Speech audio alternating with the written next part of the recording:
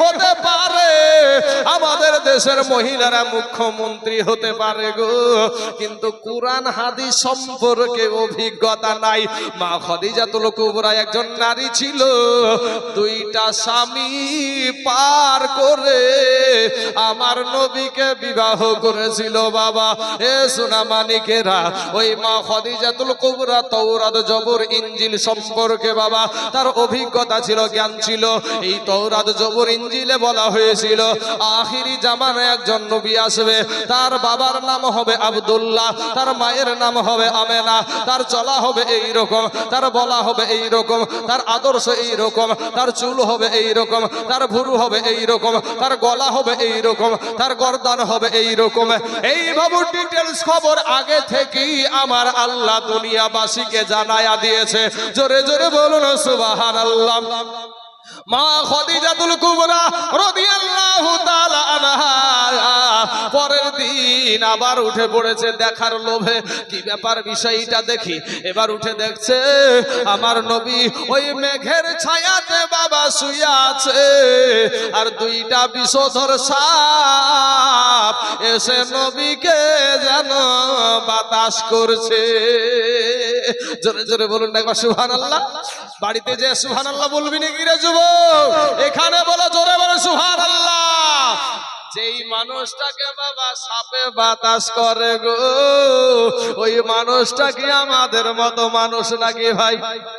এ মুসলমান যুবকের আমার ভাই জানেরা, আমার আব্বা জানেরা, মা খাদিজাতুল কুবরা বলেন তোমরা কে আছো গো? ও আমার দাস দাসীরা দৌড়ে যাও, আমার বাড়ির ওই কুরাইশ বংশের নবী ওই মুহাম্মদকে সাপে খেয়ে নিল। লাঠি সুটা নিয়া দৌড়ে গিয়ে দেখছে বাবা ওখানে সাপের কোনো বালাই নাই। জোরে বলেন সুবহানাল্লাহ। সাপ নাই।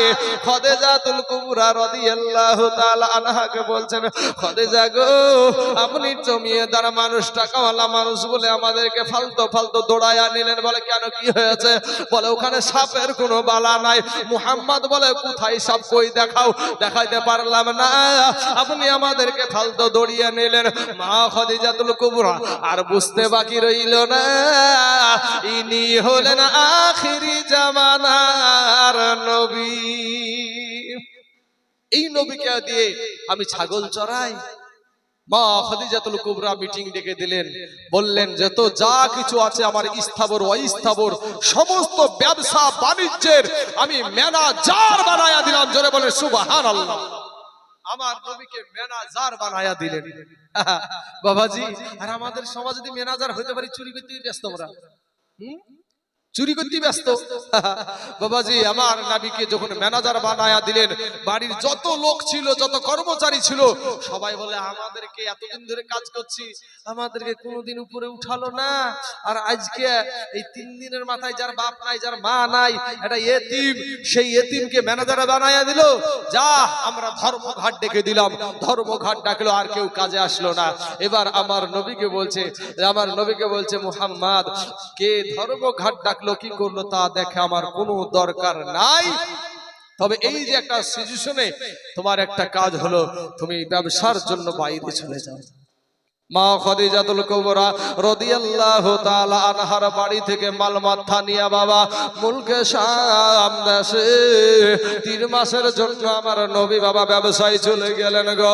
আর সাথে একটা মানুষকে পাঠায়াছে যে দেখবা ওই মুহাম্মদ রাস্তা দিয়ে যখন চলে যে কি কি কাজগুলা করে এগুলা রেকর্ডিং করে নিয়ে এসে আমাকে বলো। ওই মানুষটা দেখে গো, যেই রাস্তা দিয়া আপনার নবী যায় ওই রাস্তার পাথর গুলা যেন বলে পাথরের রে সইরা যায়, এই আখিরি জামানার নবী এই রাস্তা দিয়ে আসে। পাথর গুলা যেন নরম হইয়া যায়, পাথর গুলা যেন রাস্তা ফাঁকা করে দেয়। জোরে বলেন সুবহানাল্লাহ। আপনারা বলবেন পাথর কি নরম হয় নাকি? ইব্রাহিম নবীর নবী হলো আমাদের নবী, ঠিক না বাবা? ইব্রাহিম নবী, মুসা নবী, ঈসা নবী, ইউসুফ নবী, নূহ নবী, সমস্ত নবীদেরও নবী হলো আমাদের নবী। জোরে বলেন সুবহানাল্লাহ। তো সেই নবী ইব্রাহিম নবীর পায়ের ছাপ কাবা শরীফের পাশে একটা পাথর আছে, ওই পাথরে ইব্রাহিম নবীর ছাপ এখনো আছে। জোরে বলেন সুবহানাল্লাহ। হাজারে আসওয়াদ পাথর, সেই পাথরের উপরে ছাপ এখনো আছে। তাহলে আমাদের নবীর বিষয়ে কেমন হতে পারে? বাবার আমার সোনা মানিকেরা, এবার ব্যবসা করতে গেলেন, ব্যবসা করলে বাড়ি ফিরবে এমন সময় মা খাদিজাতুল কুবরা প্রত্যেকদিন আপনার রাস্তা ছাদের উপরে উঠে তাকায়া থাকে, আমার মুহাম্মদ কেন এখনো আসে না, আমার মুহাম্মদকে কেন দেখতে পাই না। একটা দিন দেখছে বাবু দূর থেকে একটু গ্রামে ঘেরে ছায়া দেখা যায়, দাসীদেরকে ডাক দিয়া বলে, ও দাসীরা শোন, ওই মেঘের ছায়ার নিচে আমার মুহাম্মদ রয়েছে। সত্যই বাবা, বিশাল আমি সংক্ষিপ্ত করে দিচ্ছি, সত্যই কিন্তু এসে পৌঁছে গেল। সত্যি দেখে আমার নবী ওই মেঘের ছায়ার তলে দাঁড়িয়ে আপনার আস্তে আস্তে হাঁটে হেঁটে চলে আসছে। জোরে বলেন সুবহানাল্লাহ। এবার বলছে না, আমার নবীজি বলছে, ওগো মুহাম্মদ তোমার হিসাবের, আমার নবীকে বলছেন, মা খাদিজা বলছেন তোমার হিসাব দেওয়ার কোনো দরকার নাই। বলে হিসাব না নিলে আমি চাকরি করব না, হিসাব না নিলে আমি চাকরি করব না। বাবাজি সঙ্গে সঙ্গে হিসাব নিয়ে দেখে আগেকার ম্যানেজারেরা যা ইনকাম করেছিল 3 মাসে আমার নবীজি তার 3 গুণ আপনার কি করেছে, 3 গুণ বেশি লাভ করেছে। বাবার আমার সোনা মানিকেরা, আর সত্য থাকলো না, মা খাদিজাতুল কুবরা আবু তালেবের বাড়িতে আবু তালেবকে ডাক দিয়া বলে, আবু তালিব গো আমি আপনার বাড়িতে।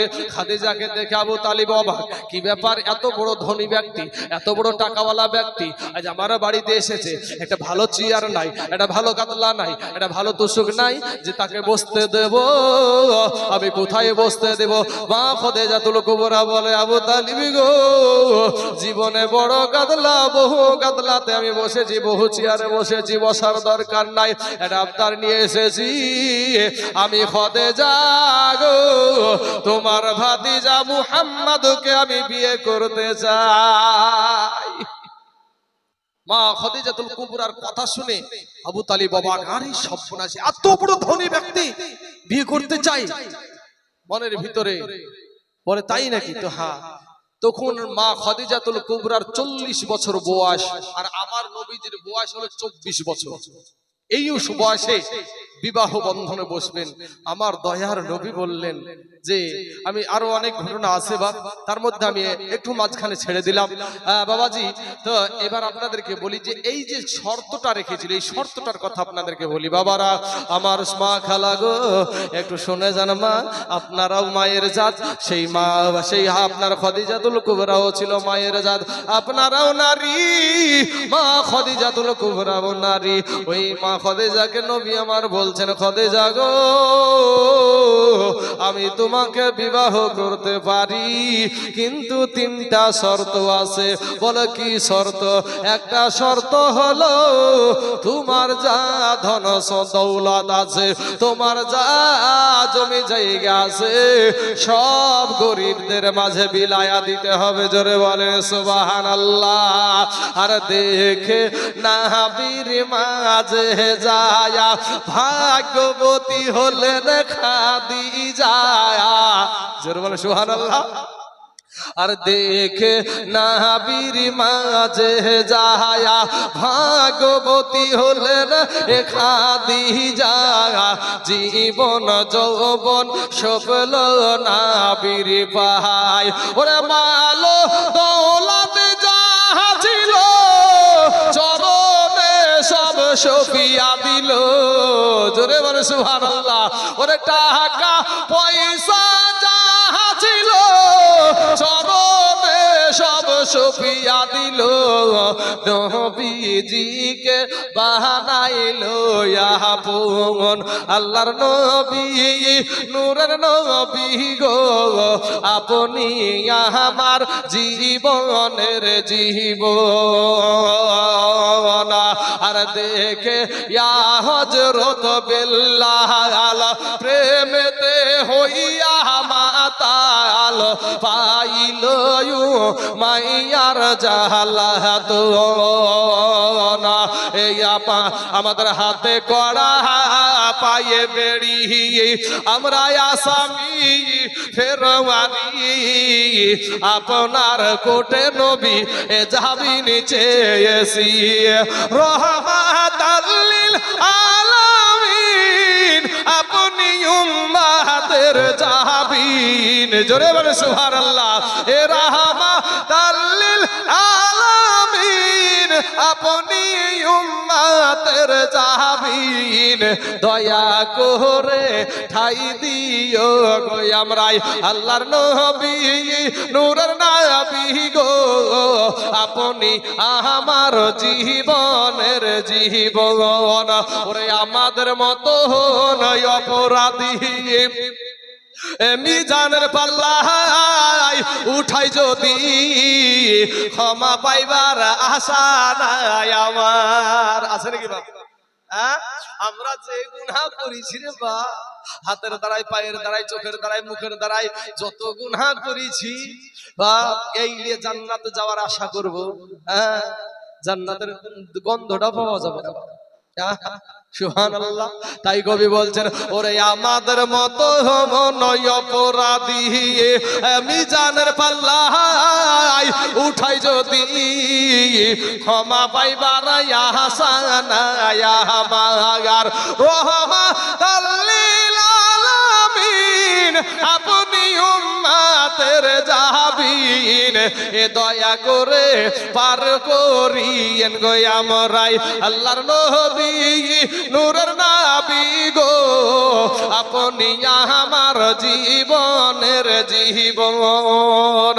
মা খাদিজাতুল কুবরা রাদিয়াল্লাহু তাআলা আনহা উনি বলছেন, ও গো মুহাম্মদ, আজকে থেকে কথা দিলাম গো, আল্লাহকে পাওয়ার জন্য, নবীকে পাওয়ার জন্য, আমার স্থাবর অস্থাবর যা কিছু আছে আমি সব গরিবদের মাঝে বিলায়া দিব।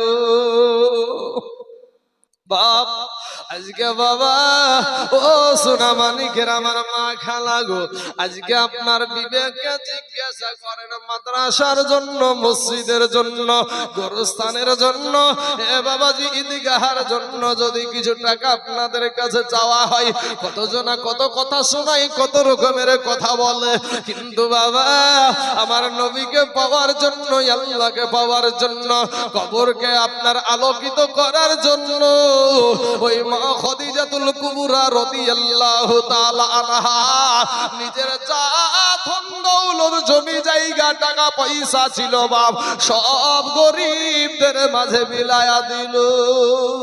আমার নবী বলে, খাদিজা